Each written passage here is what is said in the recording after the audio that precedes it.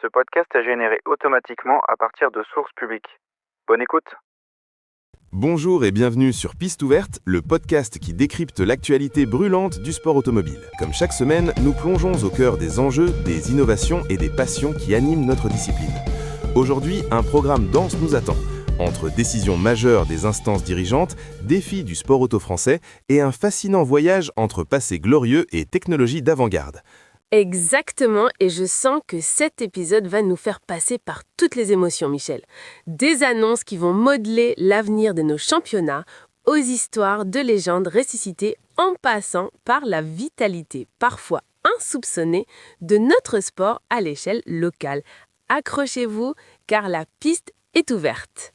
Commençons sans plus attendre par ce qui dicte souvent l'orientation de notre sport à l'échelle mondiale, les décisions du Conseil mondial du sport automobile.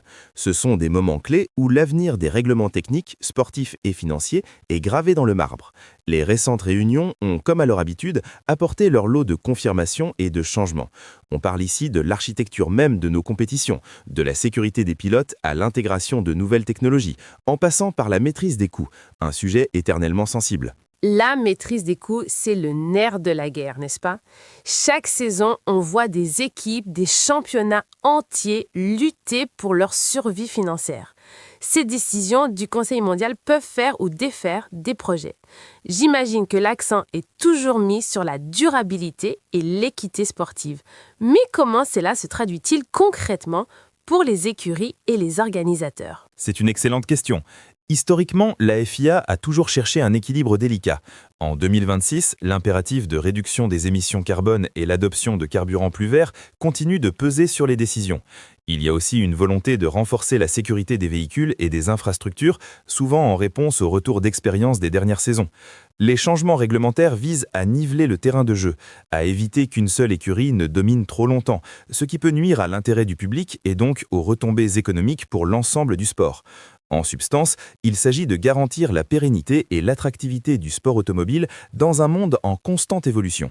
Un défi colossal, surtout quand on voit les pressions qui s'exercent sur le sport automobile à tous les niveaux. D'ailleurs, en parlant de pression, l'actualité nous ramène à la France et plus précisément au rallye. Le Progrès évoque le contexte brûlant du sport auto français qui pourrait peser sur le célèbre rallye charbonnière dit le Charbot. C'est une formule qui interpelle. Oui, cette expression n'est pas anodine. Le contexte brûlant du sport automobile français en 2026 est une réalité complexe. Il est alimenté par plusieurs facteurs convergents. D'abord, des contraintes économiques croissantes, la hausse des coûts d'organisation des événements, les budgets des équipes et des pilotes qui peinent à suivre, et la difficulté à attirer de nouveaux sponsors. Ensuite, il y a la pression réglementaire et environnementale. Les normes concernant le bruit, les zones de passage et l'impact environnemental des épreuves deviennent de plus en plus strictes, entraînant des coûts supplémentaires et parfois des réticences locales. Enfin, un certain désintérêt des jeunes générations pour les métiers techniques liés au sport automobile, couplé à une démographie vieillissante des bénévoles, pose aussi des questions sur la relève. Le Charbot, en tant que rallye emblématique, se retrouve au carrefour de toutes ces tensions. C'est une situation difficile, on le comprend. Ces rallyes sont souvent le poumon économique et social de régions entières, créant du dynamisme et de la passion. Voir une telle icône sous pression est préoccupant.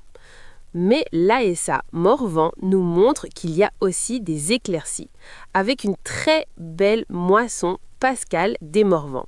C'est un contraste frappant, non, entre les défis globaux et la réussite locale. Absolument.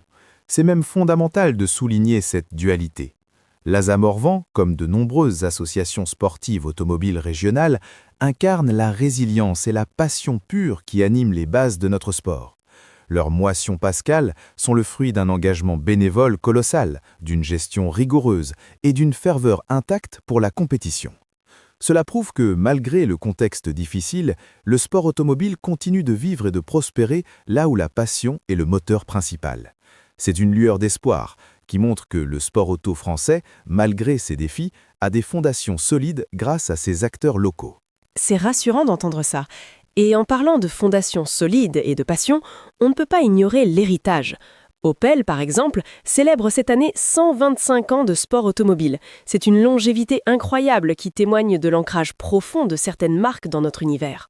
En effet, 125 ans, c'est une éternité dans le monde automobile.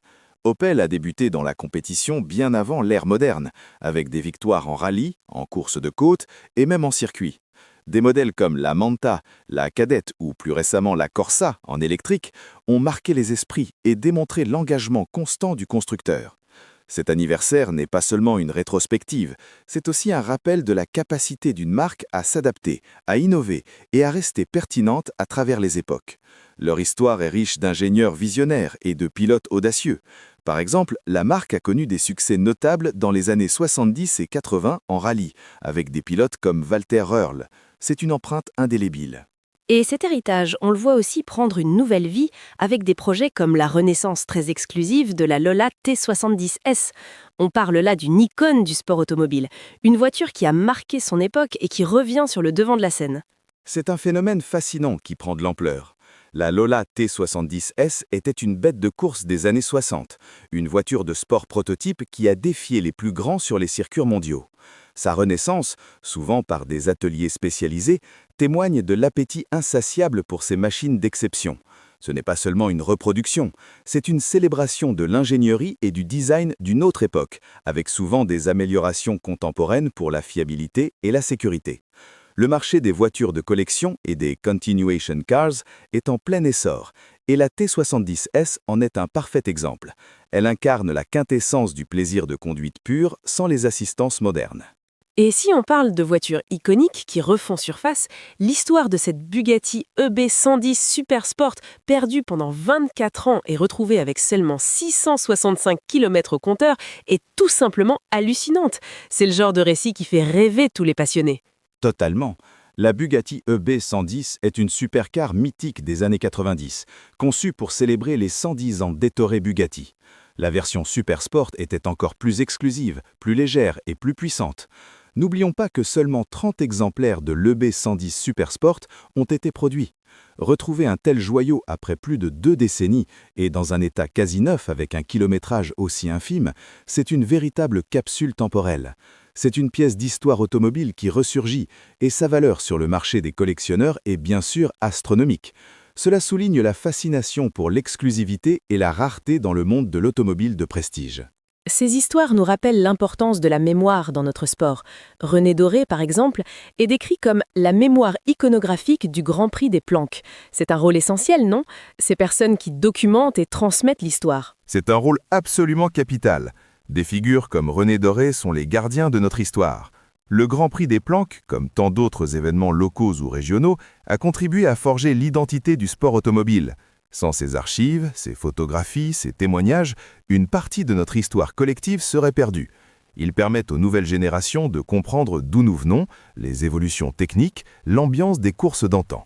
C'est un travail de valorisation du patrimoine qui est souvent sous-estimé, mais sans lequel l'héritage de marques comme Opel ou de modèles comme la Lola T70S ne pourrait être pleinement apprécié. Et en parlant d'héritage qui évolue, la nouvelle Porsche 911 promet toujours un plaisir de conduite pure. C'est une constante, une promesse que la 911 tient depuis des décennies malgré toutes les innovations. La Porsche 911 est un monument. Depuis sa première apparition en 1963, elle a su évoluer sans jamais trahir son essence. Chaque nouvelle génération apporte son lot de technologies, d'améliorations en termes de performance, de sécurité et d'efficience, tout en conservant ce plaisir de conduite pure qui fait sa légende. C'est l'exemple parfait d'une icône qui s'adapte à son temps, intégrant des avancées comme l'électronique embarquée ou les systèmes d'assistance, tout en restant fidèle à une philosophie de conduite sportive et engageante. C'est la preuve que même avec la modernité, l'émotion au volant reste primordiale. Et cette émotion, elle ne se limite pas au circuit ou au rallye. Même les plus grands pilotes de F1, comme Max Verstappen, trouvent d'autres façons de l'exprimer. Le Disport rapporte qu'il le fait halluciner loin de la F1. C'est intéressant de voir ces champions s'épanouir en dehors de leur discipline principale. Cela humanise nos héros de la piste. Max Verstappen, multiple champion du monde de Formule 1, est connu pour son intensité et son dévouement absolu à la course. Mais même pour un compétiteur de son calibre, il y a une vie en dehors des paddocks. Ces activités, loin de la F1, peuvent inclure la simulation automobile de haut niveau, le pilotage d'autres catégories de véhicules ou d'autres sports extrêmes. Cela montre que la passion du pilotage et de la performance est une flamme qui brûle constamment chez ces athlètes, et qu'elle peut s'exprimer sous diverses formes. C'est aussi un moyen pour eux de décompresser et de maintenir leur acuité. C'est aussi une belle façon de boucler la boucle, en montrant que la passion pour l'automobile, qu'elle soit historique, technologique ou purement liée à la conduite, est universelle. Et en parlant de technologie, on a failli oublier un point crucial, l'impression 3D grand format par Caracol pour un toit de voiture de sport. C'est l'avenir qui s'imprime sous nos yeux, non ? Absolument. C'est une illustration parfaite de la manière dont la technologie transforme l'industrie automobile. L'impression 3D, ou fabrication additive, permet de créer des pièces complexes, plus légères et souvent plus résistantes, avec une liberté de design inégalée. Pour un toit de voiture de sport, cela signifie une réduction de poids significative, ce qui impacte directement les performances, le centre de gravité et l'aérodynamisme. Caracol, avec son approche grand format, ouvre la voie à la production de composants structurels entiers. C'est une révolution pour la personnalisation, les prototypes rapides et même la production en petite série de véhicules de niche. C'est une étape majeure vers des voitures plus efficaces et plus innovantes. C'est fascinant de voir comment toutes ces informations, qu'elles parlent d'histoire, de défis actuels ou de technologies futuristes, convergent vers une seule et même passion, celle du sport automobile. On a vraiment exploré toutes les facettes aujourd'hui. En effet, des décisions qui façonnent l'avenir, aux défis locaux et au triomphe de la passion, en passant par la résurrection d'icônes et l'émergence de technologies disruptives comme l'impression 3D, le sport automobile en 2026 est un monde en effervescence, riche de son passé et résolument tourné vers l'innovation.